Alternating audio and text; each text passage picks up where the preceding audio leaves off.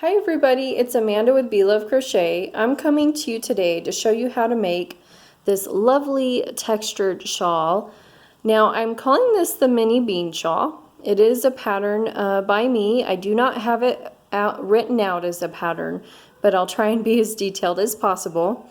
The reason I'm calling it the mini bean shawl is because, of course, I'm using the mini bean stitch.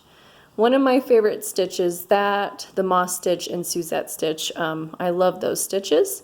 So for today's tutorial, you need 1 skein to 2 skeins of the Mandala well, this is the baby yarn, that's what I'm using today. You can use, I believe this is a new line of theirs. This colorway is Echo Caves. You can use their baby yarn, you can use their their regular colorways, whatever you want to do. Now the reason I said 1 to 2 skeins is because you can adjust this if you want. If you want it larger than this shawl in particular, from this end to this end, so lengthwise is 20.5 inches and widthwise it's 45 inches. So if you do want to adjust it and you want to make it larger, all you need to do is just add more yarn. That's all you need to do. So I'm going to show you today on the Mandala Baby. This is a light size 3 weight yarn, and they are really generous on their yardage. They have 590 yards, which I think this cost about $6 at Walmart. And you'll need some scissors, of course, darning needle, just because we'll have to weave in a couple of ends. And of course, you will always need a crochet hook. Now this yarn calls for a 5mm crochet hook. This is a 5.5. That's me personally. I always go up a little bit in a size because I tend to crochet a little bit tighter. So go ahead, grab all your things, and we will get started. I will show you how to do this shawl. Now, I am not going to do a full shawl on today's tutorial. I did finish this. I left the ends unweaved. However, it's really easy, and from row 3, all you do is repeat that row over and over again. So go ahead, get your supplies, and I will meet you back here to show you how to make this shawl. Alrighty everyone, so to start off with any crochet project, you always need to make a slip knot. I do have a tutorial on how to do that if you would like to check that out. There's so many different ways, so anywho, make your slip knot, and we're going to do a chain of 5. So you yarn over and pull through that loop. 1, 2, 3, 4, and 5. So to complete this, we're going to find your first stitch, insert your hook through that top loop there, and you're going to pull your yarn up, and then you're going to pull that yarn through your other yarn on your hook and do a slip stitch. So there we just created this little hole, and that's where we're going to start our work. So for our first row, we're going to make a chain of 3. Okay, we did a chain of 3. And to do one side, we're going to do one side here, do a chain of 3, and do another side. So we're going to do our first mini bean stitch to do this side. So you put your hook through that hole we created, grab your yarn, and then yarn over, put it through that loop hole we created, grab some more yarn, and you'll end up with 4 loops on your hook. So what you need to do is yarn over again and pull through all 4 of those on your hook and chain 1. That is your mini bean stitch. Same thing. We're going to do another mini bean stitch. Put your hook through that hole, pull up a loop, you'll have 2 on your hook, yarn over, go through that hole again, pull up another loop, and now you have 4. You're going to yarn over again and pull through all 4 of those and chain 1.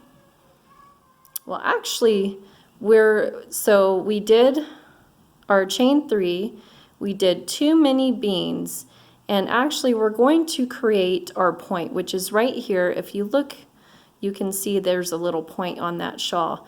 So actually with this mini bean stitch, you're going to chain 3. I apologize for that.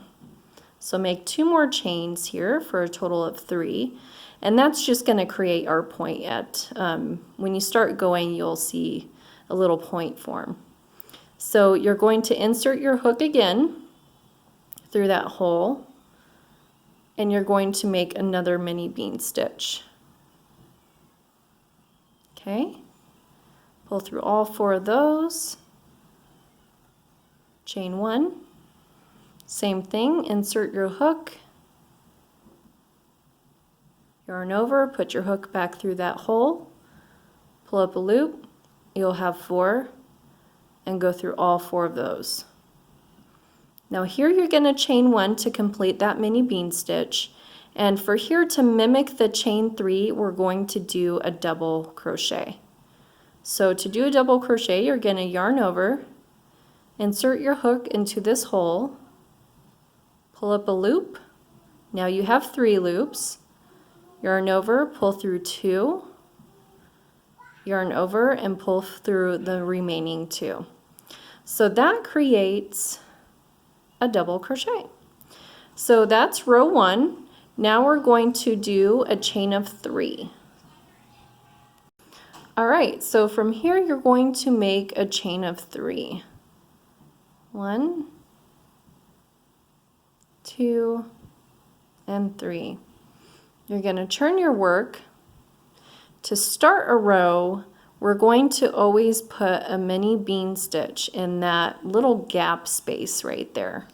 So you're going to insert your hook into that gap space and do a mini bean stitch. Okay, pull through all 4, do your chain 1. Now to go back over row 2, where you're going to put your next mini bean stitches is if you pull them apart, I don't know if you could see this really well. Let me try and focus in a little bit. So if you pull your stitch apart, you'll see kind of this little gathering of stitches together. That's the 4 loops that you pulled through. And then right next to it, there's this little triangle stitch space. So you need to go right next to your mini bean stitch into that triangle space. And that's where you're going to create your other mini bean stitches. So go ahead and go through that little gap that I told you about, that little triangle stitch, and make a mini bean stitch. Chain 1. So your next one is right there. And if you need to pull apart your stitches, it's pretty simple and pretty easy to find that. It just honestly looks like a little triangle stitch if you pull it apart. So here, remember we have our previous chain 3 from the previous row where we're making our point. So this one would be our last mini bean stitch of this row, and now we need to chain 3 to make that point. So 1, 2, 3. And then to go back this way, you're going to put a mini bean stitch into that chain 3 where our previous point was being made.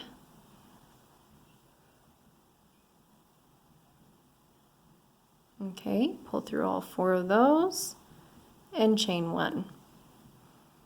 So that you still have your point, and then looking down this row, you'll notice your little stitches are right next to that little cluster there. You'll have your triangle stitch.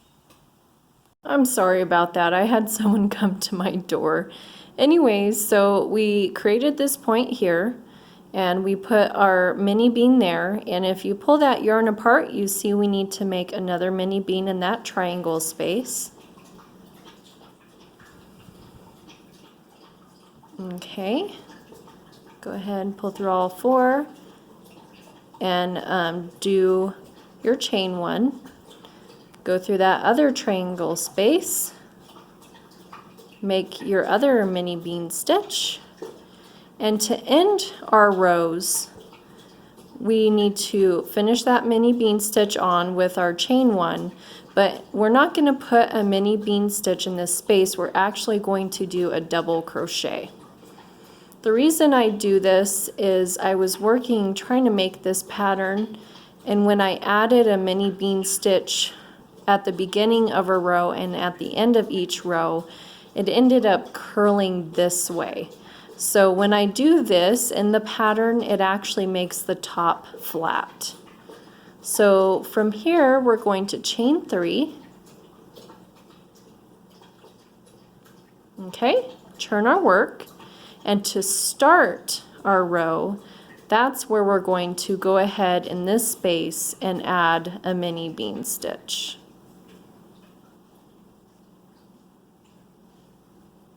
Okay, and go ahead, complete that, chain 1. Find your next mini bean stitch, which is right here.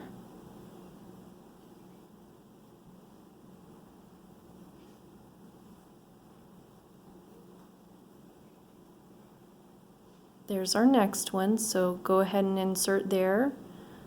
Pull up your loop, yarn over, oop, and caught my shirt. Yarn over, go through that loop again. You have 4, pull through all 4. Chain 1. So essentially what you're doing is you're just making sure to go through that triangle space.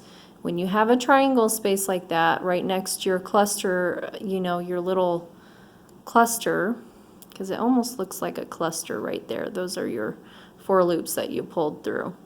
You will have a little, you know, a little square looking space you need to go through. So go ahead, and right here is going to be our last for this row, and remember we chain 3.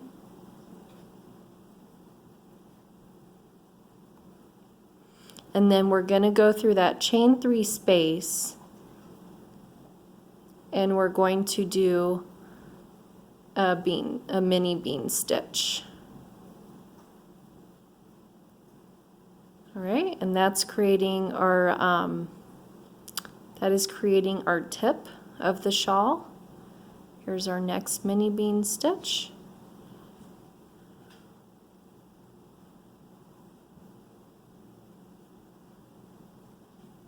Sorry if you can't see this too well. I'm trying to do this as easy as I can. I also am going to do a really quick swatch on a different kind of yarn that you might be able to see better on. So here we're ending our row. We went back this way. There's our other mini bean stitch. You're going to insert your hook and make a mini bean stitch in that stitch. Pull through all 4, chain 1, and remember when you're ending a row, you're making a double crochet into that space.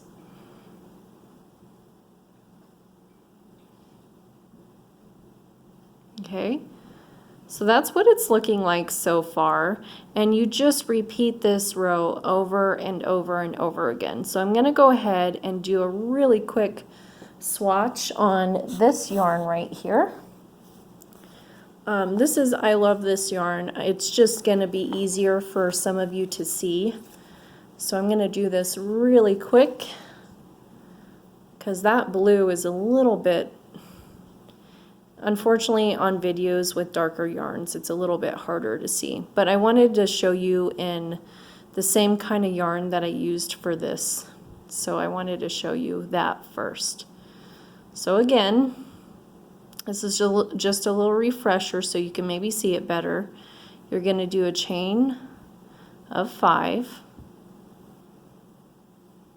Let's see. 1, 2, 3, 4, 5. Okay. You're going to go ahead and slip stitch. chain 3, and then you're going to do 2 mini bean stitches.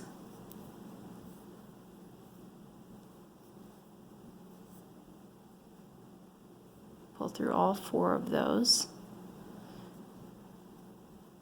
Chain 1, go through that hole again, make your second mini bean stitch.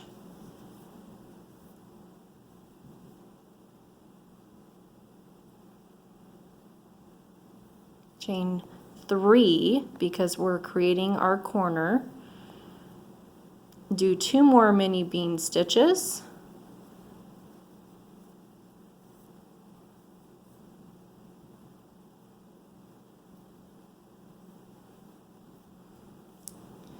Let me pull a little bit more yarn. Okay, sorry, gotta get more yarn. So we're gonna do another one to create our second mini bean stitch. Yarn over, pull through all 4. Now remember, to end this mini bean stitch, you need to do your chain 1, and then to create, kind of mimic that chain 3, we're going to do a double crochet. Okay, double crochet, and then remember, from here you're going to do your chain 3,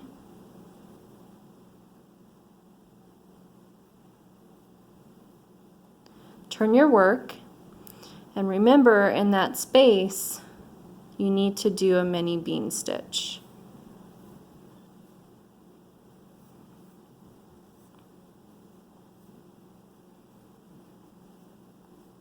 Okay, now looking here, you can see your next mini bean stitch is right here, and you have that little square right there, that little stitch that you need to go through to create your other mini bean stitch on top of that one. And you still have one more here.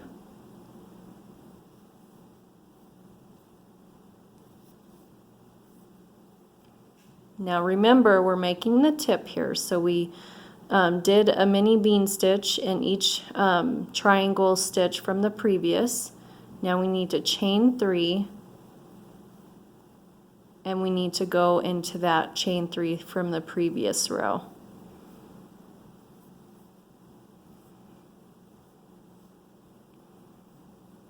Finish off by a chain 1. You have 1 mini bean stitch here, 1 mini bean stitch here, and if you have to, pull them apart.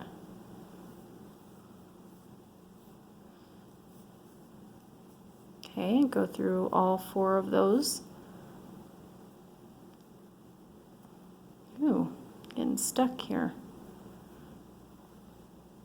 That's what happens when you run out of yarn. You get stuck because it pulls back on you.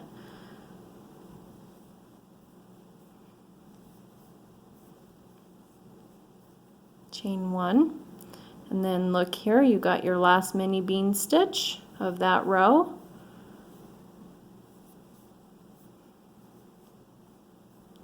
Chain 1 to finish that off, and then remember, when you're ending a row, you do your double crochet.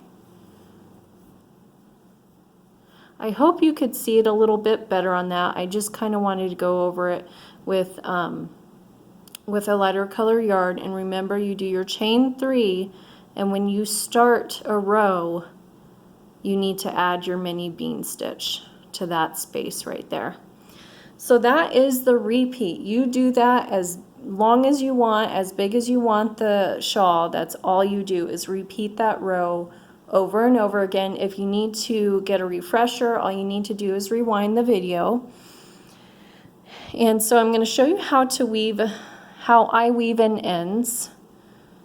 So what you need to do is take your darning needle, put the thread through your darning needle. Oops, it's hard to see on camera sometimes. I just kind of put it like that and pull it through. And then what I do is I kind of try and be as even as I can to try and hide it a little bit better. You just go through some loops there.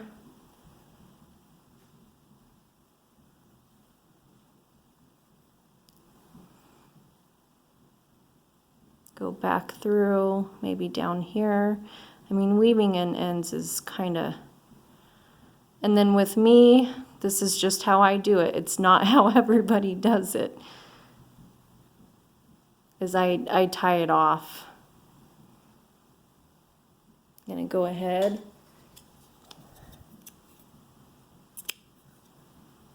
and tie it. Just because I don't want it coming off in my laundry. Because I've had that happen. No matter how good I weaved my ends in, it would come off in my laundry. But if you want to weave it in back and forth, you just keep on going through as many loops as you need to, and then you cut that excess